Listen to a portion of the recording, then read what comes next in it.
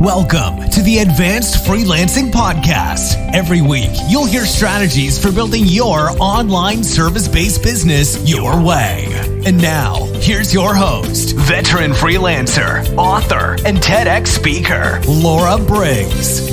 Hello, listeners, and thanks for tuning in to another episode of the Advanced Freelancing Podcast. I'm excited about this one because I don't have much context of this topic, but I hear a lot about it. It's very timely. And as freelancers, it is always our job to be looking into the future, what things are changing, both in your industry, in online marketing, but also with the kinds of technologies and changes that are happening at a greater cultural or financial level that could potentially impact our businesses. So I'm excited to welcome today's guest. He has a tremendous amount of experience in the freelance world, but we're going to be talking specifically about crypto and digital currency and what role do all these kinds of digital payments have to do with freelancers. So welcome to the show. Why don't you tell us a little bit about who you are? Thank you, Laura. Thank you for having me as a part of the program. I appreciate it. My name is Michael Brooks. I'm an entrepreneur, and and I have a unique intersecting understanding of electronic payments and the freelance working world and freelance platforms. I started one about 8 years ago, and I've written 2 books on electronic payments and 1 book on remote work. So it's a living, and I'm happy to be here. Awesome. Well, I'm happy to have you. Tell me a little bit more about your foray into the world of freelancing and what it was like to create a platform for that.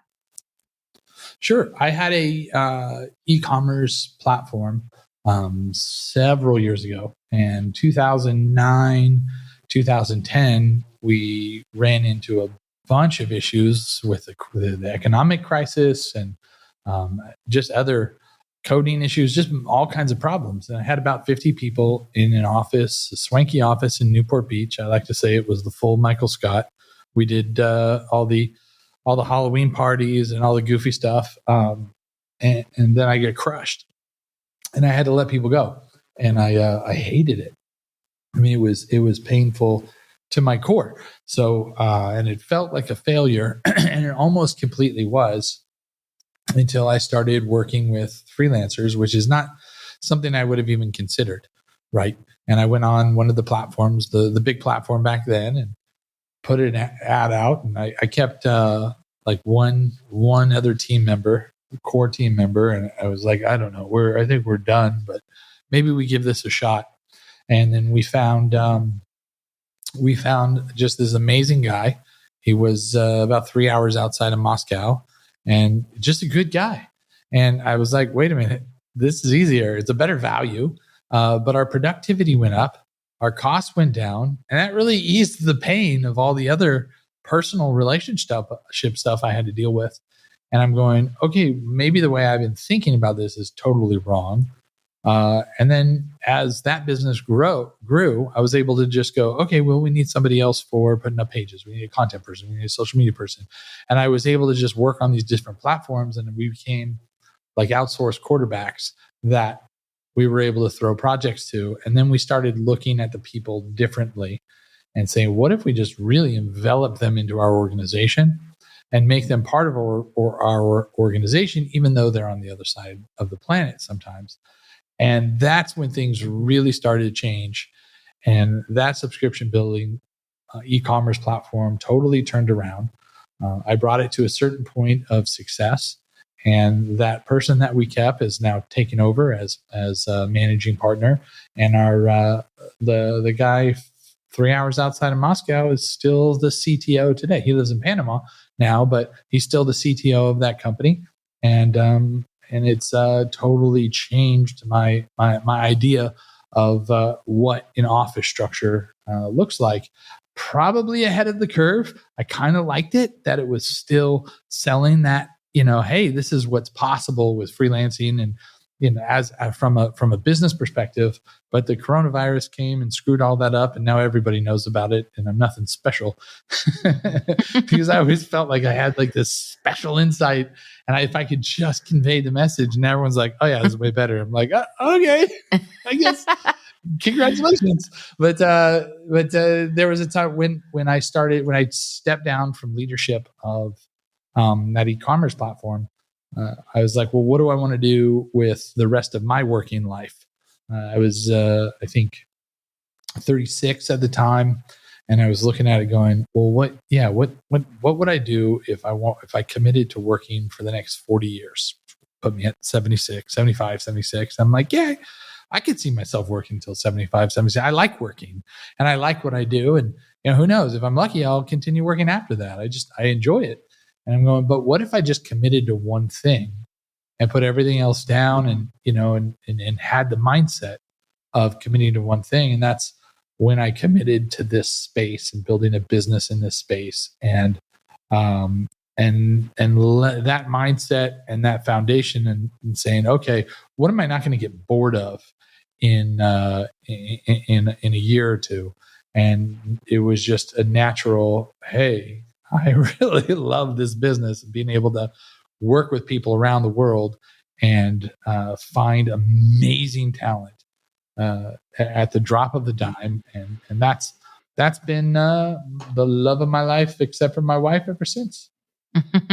That's a great story. And I think it resonates with a lot of my listeners as far as thinking about how owners of companies consider hiring freelancers, the benefits that are in it for them, because we often lead with why it's beneficial for us. It's very flexible work. We get paid based on rates that we set 90% of the time. But you really have to think about this from the perspective of your clients too. How does this help them grow their business? How does this make things easier? How does this potentially save them money without necessarily meaning that you don't make a good wage or anything like that? So you've been in the industry a while. What are some of the biggest changes that you've seen since you started? Okay, so all those points are amazing. Let me address the saving money side for an entrepreneur, right? When I came in here, and I've seen it a while, and I've seen this change almost completely. I called it the sickness. It's where someone would look at a freelancer, whether domestically or in some country, economically disadvantaged country, and say, I've got you. I've got a project. You want the money? Fine, you can do this. And they came into it with a different level of, I want to say, negotiation or contracting than they would if they were bringing somebody into their company and interviewing them for a job and recruiting them. It was a very imbalanced relationship, unbalanced relationship, and I've seen that change a lot, to where the people that still have that mindset, nobody pays attention to them anymore, right? They're going to get the bottom of the barrel, and they're not going to be able to get anything done. The people that have now adapted this way of working and way of hiring for years go into it looking for a reputational relationship, creating a reputational relationship with a talented person, looking for someone who cares about their reputation. And that's starting to create a new type of value, almost a social value of, hey, I'm a person, I have something to lose. Here's who I am. Here's my credibility. Here's my feedback. This is what I'm doing. And with that, that's changing the mindset of the of the person hiring. And I think that's a wonderful thing and a necessity as well. Mm-hmm. Absolutely. Yeah. I think that there's a lot of positive changes on the way for freelancers. I feel like just as we're kind of in the ongoing great resignation, I feel like that's also benefiting freelancers as well. There's really been an awakening of, what do I want to deal with in a client, and what are the things that are on my, no, that's crossing a boundary, or they're just too difficult to deal with. And I think it's causing some clients and agencies to have to reevaluate their processes. I've recently terminated an agency just because they would wait 3.5 months to get edits to me, even though that was not in our contract. And they would just, and it's like, people don't want to work with you as a client if you're not willing to make things easy for freelancers. And I see one way that comes up a lot, especially for 6-figure freelancers, they're looking to streamline in terms of payments, right? So I still have one client who pays me via check. If he wasn't such a long and beloved client, I would mandate that he move to paying, by credit card or through PayPal or something. But there's even more payment options out there than ever before, right? We often don't have to deal with net 30, net 90 payment terms anymore. There's no reason why most clients can't pay instantly. But most of us think about that in terms of, are you sending, an ACH deposit? Or are you paying via a credit or debit card? But there's new options, right? So do you see that digital payments like cryptocurrency, et cetera, have a place in the world of freelance payments? Undoubtedly. And it's been a market strategy differentiator for us. Like that client you talked about that pays you with a check, you really got to love that guy, right? Yeah, that's got to be somebody that you really care about, because that's it's almost intentionally just drudginous and unnecessary. And the speed to payment is more important. And that price value differentiator that used to be there, and there still is. You can still get an amazing value from people, right? That price value differentiator, that's all changing, right? And like we come in contact with freelancers that we pay more than their job does, where it's no, we recognize your talent. Where we see not just by the hour, but we go, we'll take you 40 hours a week. We understand that we're going to be paying 20% more than what you're making at your job, but like you're not coming in, like we're not having an office. We're not going to throw birthday parties. Like we're still going to create some type of culture where we all appreciate and enjoy each other.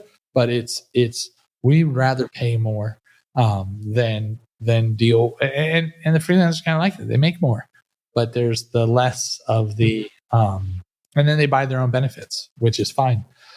Internationally, you can still get amazing value depending on how flexible you are around the world. But coming to payments, there is some massive challenges right now. Payment flexibility has been great, but and this is a timely subject, I think, because of what's going on in Eastern Europe. And I take no political position whatsoever, other than, some stuff is really bad and they should have done that, right? Like, I don't want to go down that road. Yeah. But I have met and worked with some amazing people that there's all these complexities now and these rules on how they get paid if they are from a certain country and they're living in a certain country, and where they can go. And you take the same person who lives in Belarus, and he takes a visa-free travel flight to Tbilisi, Georgia, or to Turkey, Istanbul, and he can go, and I can pay him there, but I can't pay that person if he stays in that country. So that becomes a challenge, and I think there's I would say a premature, but unfortunately a necessity for a lot of people to just rush to crypto. Like, I'll just pay him in Bitcoin, right? But like, what's a guy in Russia going to do with Bitcoin if he can't take it off an exchange and send it to his bank? So there's going to be, he can store value or she can store value, and that's one thing, but it can't really go to the grocery store right now. And right now in certain Eastern European countries, they've shut off, Visa, MasterCard have shut off. There's no getting money in, right? And so sure, you can squeak through crypto, but that's one. You might get in trouble. I don't really know. At least now. And the future, I have some thoughts on, but I think if you're going to be a citizen of the world, you're going to be a freelancer, you're going to be prepared to build wealth through freelancing. Your payments don't just have to be mobile. You kind of have to, right? So I know people in Belarus that are really good people that I've known for a long time, and they're moving to Poland. They're moving to Georgia. They're moving to Istanbul, and they don't have a choice, right? And that's okay. I mean, they got to do what they got to do. But there are going to be a block of limitations, and the way governments are working together now, or working against each other, I should say, is getting more sophisticated and more intense, and it's disrupting a lot of businesses. And far be it from me to make a position on that. I don't want to comment on what's going on in the world, but just from the specific tactical, hey, I've been working with you like I said, that CTO who was 3 hours outside of Moscow, he's in Panama now. And he's great and he's happy and he's away from all the turmoil and he can accept payments out there and he can establish himself. But if he was still in Russia, what would I do? What would my e-commerce platform do? They've been working with this guy now with 13 years, and he knows the system inside and out. And they've got this great, beautiful trust, and they've figured out this amazing relationship with an amazing person that's grown with the company, and he's stuck. And now he can't eat. So he has to work with the best case scenario, storing a digital asset. And that's scary. But I'd love to tell you a little bit about where I see digital payments going and how I'm afraid I don't think they're going to be the great hope of the future in every specific way and how they could be restricted. And I don't like to be a nervous Nelly. I still think the price of Bitcoin and all this stuff is going to be great. But I can tell you about some of the concerns I have as someone that has been ahead of the curve on this, that still goes to the Money 2020 shows, that talks to how banks are working with each other and how they're understanding it. I'd be happy to speak on that, Laura. Yeah, absolutely. Before we dig into that, is there a certain subset of US freelancers who should consider accepting digital currency now? Is there a group of people where you can see that being beneficial? Because obviously you gave some great use cases of people in other countries, why that may be a necessity or why that may be preferred for them right now.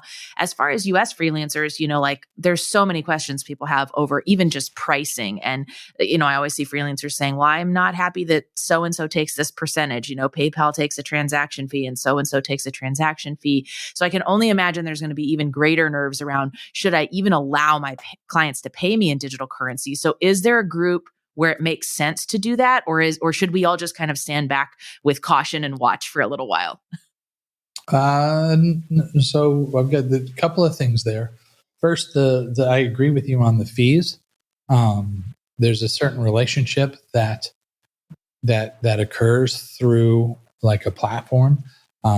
And at some point, the cost there just doesn't make the relationship work, and I think that that's very dangerous. I can tell you that it's counter to the way our business has worked, and my thinking is that the future is going to be where instead of clients and freelancers disintermediating from a platform, if platforms want to survive and thrive, they're going to have to disintermediate from intermediaries, meaning they're going to have to offer different payment services, cards, digital bank accounts, a mechanism for their freelancers and which is getting surprisingly easy these days with the rise of neobanks and banking as a service cooperation. Because that can get rid of a lot of the additional fees, both domestically and internationally, that are there because of using all these different platforms. So with that, I think the fee conversation being the first to cut the fees, because fees are part of culture. I mean, nothing worse than showing up and being like, okay, 2 years ago, you introduced me to this person. Now I've got to pay a big chunk of my income to you guys forever because they bill that person's card and they pay me. It gets old, right? It gets old. If there's a way to mitigate that down to a fair, long-term, reasonable amount, and that's going to be based on platforms to adapt banking as a service tools where they can make revenues to support their relationships, to support their businesses. And I think that's the direction that platforms need to go. And I'm happy to talk later about how we're doing that. But in regards to people in the U.S. accepting digital assets, yeah, why not? It's more of you can send your money to Cash App and then convert it into Bitcoin. But if the fees are the same to convert it before then, and you want to play with it, but not as a transaction tool, as purely a digital asset to say, hey, I think the price of Bitcoin is going to go up. I want $100 in Bitcoin and I want to play. I mean, that's ultimately like the way I see. I don't think that freelancers who depend on their revenue should have a lasting flow of, hey, I'm just going to get paid in digital assets because Dogecoin is going to go to the moon. I think that's scary, especially if they have mouths to feed. But it depends on their risk level. There's always, at least right now, there's all types of digital asset platform, payout platform, but they all have a fee structure. None of them work for free. None of them. But it's getting better. It's getting a lot better. And there's some very exciting things that are coming up in that space that are going to add revenue to the platform, lower fees to the freelancer, which is the way of the future for digital assets and for freelancing as a whole.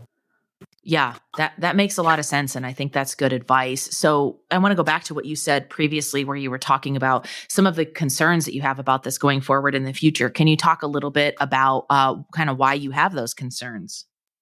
Get ready to get bummed out on crypto. Okay, I love I'm ready. crypto. I wrote a book on digital assets when Bitcoin was like $25. If I spent the amount of money it cost me writing the book on just buying Bitcoin, I think it would be worth over $1 billion. Like that's the amount. That's like the amount of craziness. Well, maybe not that much, but a lot. But it's one of those things. Like I'm not a digital investor. I don't buy and hold.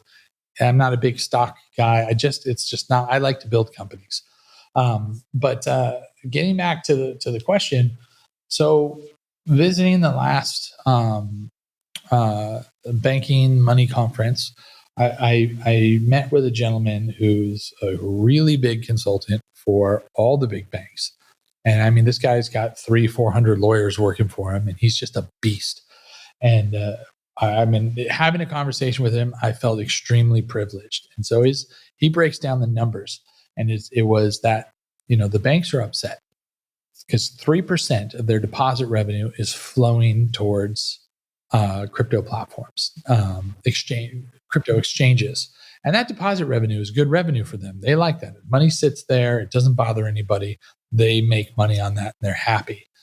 So they're looking at this going, okay, let's look at Cash App that did $1.2, $1.3 billion in conversions last year, and then made a net profit of $44 million. They're going, okay, we have calculators. We know what that is. Let's figure this out. So there is a concerted effort across the banking platforms, all the major banks, to add digital assets into their banking platforms. So when you're going to Wells Fargo, you can say, hey, I want to take $1,000 and I want to buy Bitcoin or Ethereum, and you'll be able to do that right within your banking interface. And the belief is that people are going to trust the banks more than they'll trust an exchange. And the theory that I have, that this guy didn't tell me, is that at some point the exchange are going to get bought or highly regulated to the same degree as a charter. And they're going to make any cold storage or international exchange make U.S. users file FBARs for that. FBARs means you have to. It's like a foreign bank account registration form. So if you keep more than $5,000 or whatever it is in a foreign bank account, you have to register that and disclose that to the U.S. government. And that is going to dramatically increase the compliance efforts of every exchange out there. Because any exchange that doesn't require that and require all types of compliance and process, they'll get shut out of the banking system, much like countries are right now. Only it's a lot easier to do that to individual exchanges. And then here's the real trouble with it. Anybody who violates that, who says, you know what, I got my cold storage account, I got my little fob or whatever, my thumb drive, I'm good. I'll just keep money on there. This is an open ledger, right? Bitcoin's an open ledger.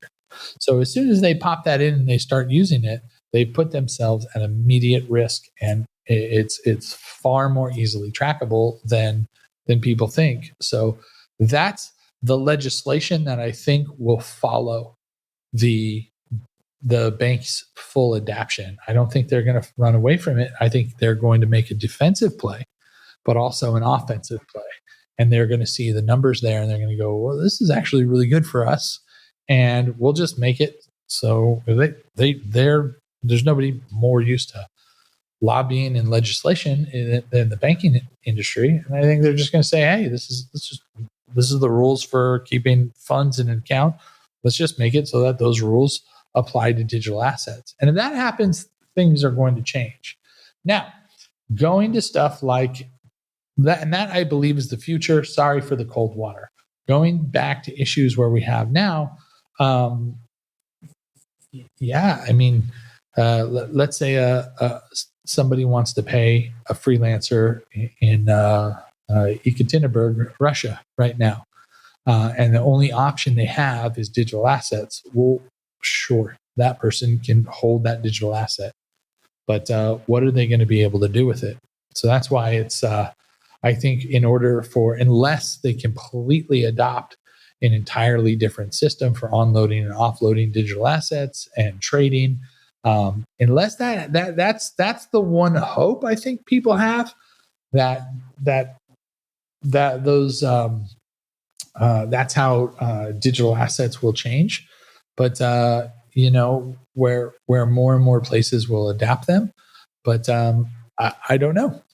I mean, for understanding how current electronic payments work, how current cards work, I don't know that there's an easy method for someone that's not one of the major card associations, Visa, MasterCard, Amex, what have you, to just use a digital asset that's, say, in cold storage through a convenient method of actual face-to-face. Hey, I need to buy groceries. Maybe they won't need to. Maybe Instacart will take it. I don't know. But I think we're a long way. And I see the freelancers that want to survive that are in parts of the world where, the payment method matters most. I think they're going to have to prepare to make themselves more mobile than the payment method. And I hate to say it as a payment person, but at this point, I don't see any other way. Yeah. Well, I appreciate all of your insights on that so much. It's hard to kind of get a straight answer and figure out where this fits into our future as freelancers, but it definitely sounds like something to continue to watch, continue to educate yourself about, for my freelancers out there. So where can people go to learn a little bit more about you and the work that you do? Sure. Our company is GoLance, GoLance, like Go Freelance. And we're at golance.com. That's the best place to find us, and check out our business. And we have updates there. And you can always hit our little live chat thing. And that's where we live. All right, awesome. Well, thanks so much for coming on the show. You got it. Thanks, Laura. I appreciate you having me. It's been a pleasure to be a part of the program.